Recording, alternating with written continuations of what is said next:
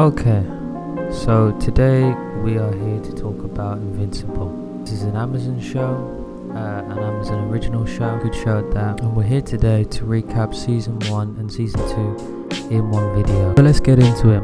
Invincible. It's one of the best superhero shows out right now. If you haven't seen it yet, you're missing out. And with Season 3 coming up, I thought this was a good time to go over a refresher. Those loyal fans and anybody considering a new show to watch. And let's talk about what makes Season 1 and Season 2 so damn good. Invincible, aka Mark Grayson, he's just a regular teenager who attends a high school. He's got a part-time job. He has a friend or two at the time, one called Amber and another called William. At this point, he's well aware that his dad is a superhero and he's called Omni-Man. From the flashbacks that we eventually see, and we do see early on, we know that Mark, one of his biggest dreams is to be a hero. The story picks up a little bit later in his life when he's about 18, and there's conversations about his powers manifesting. His parents seem supportive about the whole ordeal about his powers not manifesting yet, but for Mark, this seems like a slow, agonizing death.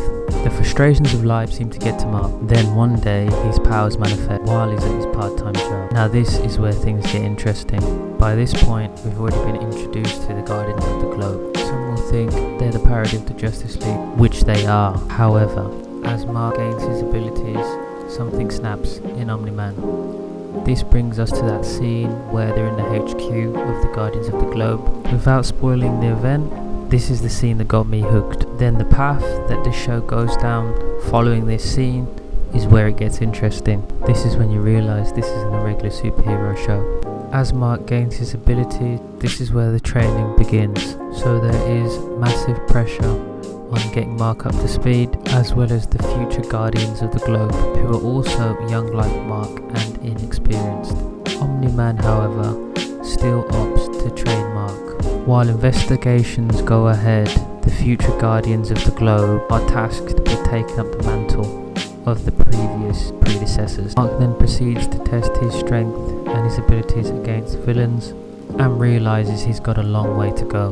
Luckily for Mark, he met the Guardians of the Globe the night he decided to fight a Russian supervillain with electric-based powers. Then the next day, this is when Atom Eve decides to reveal her identity to him, as she knew Mark was invincible. She later decides to invite him to their base so they can further train. This is where investigations carry on. With that being said, Mark has his first mission with the team. This battle doesn't go well, but this is also when he meets Cecil, the head of the GDA. Eve and Mark start to grow closer. Shortly after, they're sent on a second mission.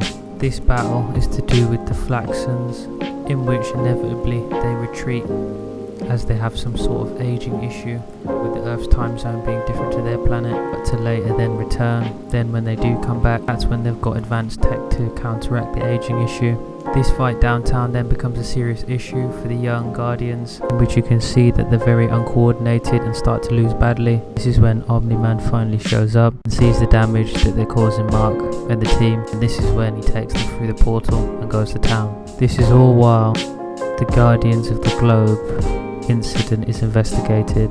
Mark then starts to date Amber. As Mark struggles to balance two lives, the robot helps the Mauler twins escape. This is because he has his own agenda. Leading on, Mark fights Machine Head's crew. Now this is where a guy called Battle Beast absolutely destroys Mark. This not only shows power levels in this universe, it also shows that Mark isn't ready for serious threats, all while Omni-Man watches. We then learn how Viltrumite DNA works. The more serious damage he takes, without dying I may add, makes him physically stronger. So moving on from his hospital stay, this is when he has a mission on Mars, which he then saves an astronaut, but brings a parasite back to Earth. After dealing with that, Mark gets manipulated into helping Titan to take down Machine Head, and in doing so, he doesn't realise that Titan then steps in and takes over as the new crime boss. This then brings us to the Season 1 finale. After Omni-Man fools Cecil and kills whoever's investigating the things he did, Omni-Man reveals the truth, that he's preparing Earth for Viltrum conquest.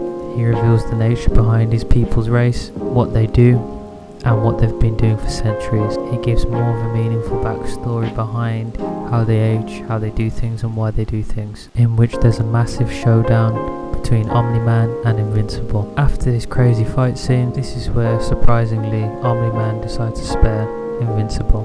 Omni-Man, leaving distraught, then flies off into space, angrily and confused.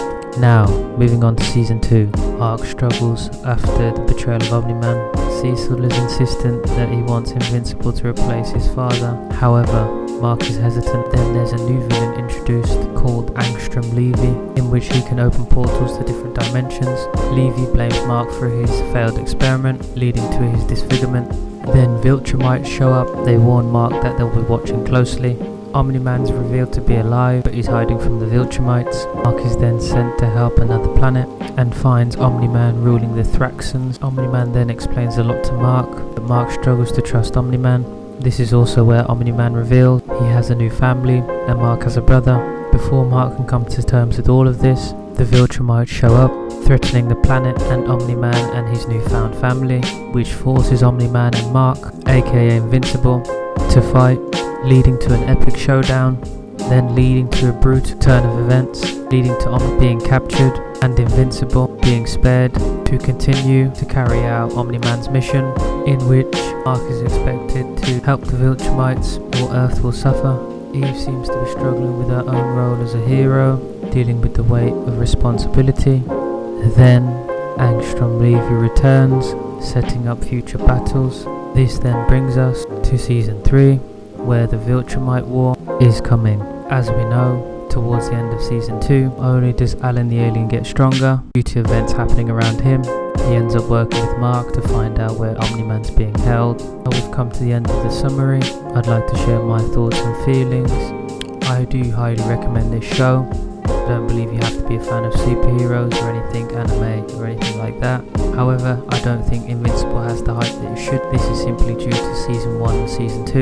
The timing between Season 1 and Season 2 was roughly about 2.5 years, and then this cycle, when it comes to TV shows, things come and go. I also don't think it helped that when it did come back, the show was aired in 2 parts, adding to a further delay, which left a lot of room for doubt, because we wasn't sure if this actual whole show would wrap up and actually finish, in which it's reported that there will be 7 seasons, but the only problem is when will they air these seasons and will there be further delay? Ultimately, they've tapped into a new market, such as a show called The Boys. I also don't think they expected this amount of popularity, but I think fans have been feeling the fatigue of bad Marvel movies and DC films, in which making a masterpiece comes with high pressure. Overall, with Season 3 coming out, things are starting to look more interesting again. I'm just hoping with the time they've been given that they don't disappoint and the storylines only get better and better, because I believe the show still is in a weird fragile state where the viewing of the series could make or break the show. So based on that, if Season 3 doesn't impress, I would still highly recommend Season 1 and 2. But yeah, that's just my take. Let me know your thoughts in the comments below. If you enjoyed the video, like and subscribe. And while you're at it, why not hit that notification bell, which keeps you informed and updated on my content. Until the next time, peace.